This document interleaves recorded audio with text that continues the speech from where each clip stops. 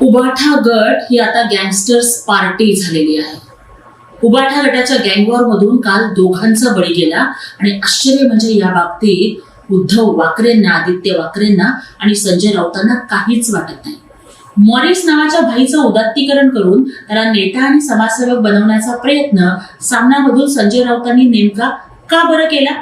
असे मॉरिस भाईचे संजय भाईशी कोणते बरं हितसंबंध होते? घोसाळकरांचे सूत्रधार असणाऱ्या आदित्य वाकरेंनी त्यांना शेवटच्या भेटीमध्ये असा कोणता निरोप दिला की मॉरिसला घोसाळकरांना गोळ्या झाडून, स्वतःला गोळ्या झाडून आत्महत्या करावी लागली?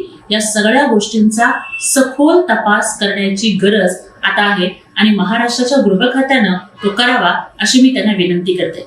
पण वाईट ह्याचं वाटतं की आपल्या दोन सहकाऱ्यांचा मृत्यू जरी झाला तरी याचा खेद व्यक्त करणं, दुःख करणं किंवा त्यांना सहानुभूती देणं याहीपेक्षा या मृत्यूचं राजकारण करून राज्य शासनावरती आरोप करण्यामध्ये वाकरे गट हा दंग आहे. म्हणजे आपल्या सहकाऱ्यांच्या मृत्यूचंही काहीच उद्धव वाकरेंना वाटत नाही. उद्धव वाकरे, लोकांच्या सरणावरती राजकारण करणं तुम्ही कधी थांबवणार?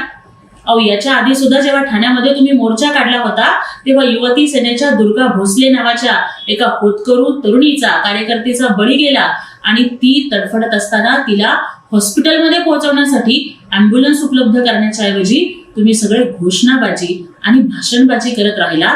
तुमच्या राजकारणासाठी अजून किती जणांचा बळी तुम्ही घेणार आहात?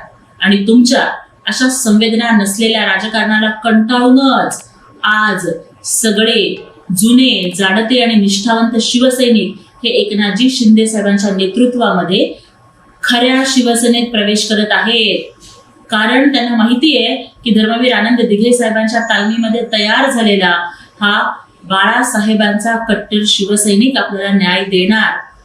उद्धवजी, तुमच्या पापाचा घडा आता भरलाय म्हणून तुमचा पक्ष आता खाली होत आहे.